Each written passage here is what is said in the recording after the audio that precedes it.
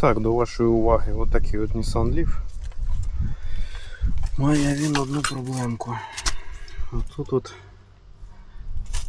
скоба супорту. Не знаю, бачите ви чи ні. От вона має люфт. Отакий. І сьогодні спробуємо оцим от комплектом прибрати цей люфт. Точніше, люфт нікуди не дінеться, тільки перестане грюкати. Так, дивіться, от наша скоба. І так от сюди встає оце кріплення. Отак от воно буде. Тобто нам в тормозному супорті потрібно буде просвердлити два отвори.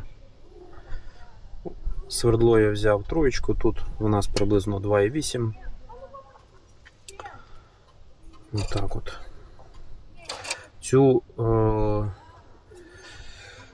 Цю пружинку ви не зможете завести без зняття оцього кріплення самої колодки. Досить важко вставити.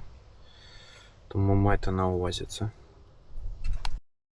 Ну, як то кажуть, перший блін комом і другий теж. Коротше, розтвердив я отвори. Ви коли будете сверлити, спочатку засверлюєте перший, нижній, а потім вже натягаєте пружинку і дивіться, щоб не досить сильно було. Коротше, коли воно досить сильно натягнуто, то воно просто з цих отворів вискакує. Тобто потрібно підібрати таке положення отвору, щоб натяг був не сильно високий, і щоб потім не вистрибувала оця пружинка з цих отворів. Бо бачите, я насмандолив тут 3 отвори, коротше, з цього вилітає, з середнього теж вилітає. І от з нижчого вже більш-менш нормально. Ну, наразі супорт стоїть нормально, вже не тарабанить. Тож переходимо до іншої сторони.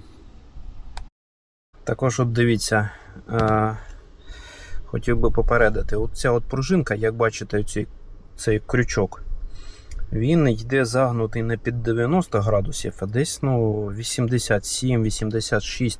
Тобто, якщо ви робите отвір під 90 градусів, то гачок цей буде просто вилітати. Тож, коли будете свердлити, вам потрібно трошки в бік. Десь під кутом 85 градусів, отак от зробити. Щоб воно трималося. Бачите? Воно не пряме. Отак от йде зігнуте. І коли я зробив отвір під 90 градусів, то цей гачок він не тримається, просто вилітає. А коли він в натяг йде і отвір ще трошки косий, то він зачепляється і не вилітає. Тож майте це на увазі. Так, дивіться, а тут в мене вже вийшло з першого разу. Отак от це виглядає.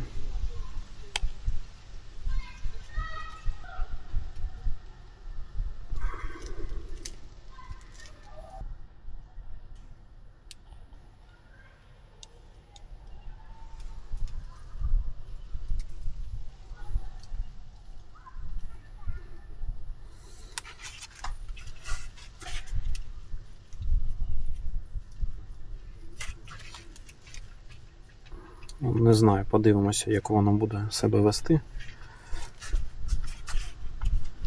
Я думаю, що грюкати буде менше. Якщо буде грюкати, то в принципі можна буде ще загнути сильніше і прорізати дірочки трошки подалі, щоб пружина більш натягнулася. Ну що, панове, констатую той факт, що Дійсно, пружинки працюють на ліфі. До речі, пружинки ці йдуть на Volkswagen, там і інші моделі. Можете спочатку відео подивитися. Також я скину в самому підпису під відео, в інформації скину їх номер каталожний. Наразі тиша в салоні. До цього брякало з правої сторони, бо там було більш розбито, і з лівої сторони так теж постукувало, грюкало. Наразі тиша, я повністю задоволений. До речі, ще доповнення, яку проблему вдалося вирішити. За рахунок того, що скоба оця постійно хиталася, в мене збивалися колодки, вони туди-сюди ходили за рахунок вібрації. І була проблема в тому, що колодка більш щільно прилягає до диску і постійно от таке шурхотіння було. Наразі за рахунок того, що поставив я пружинки, ця проблема пішла, і тепер ніякого, в принципі, звуку з-під колес в мене немає. Тож, беріть до себе на увагу. Рекомендую до покупки цей товар. Проблема вирішена.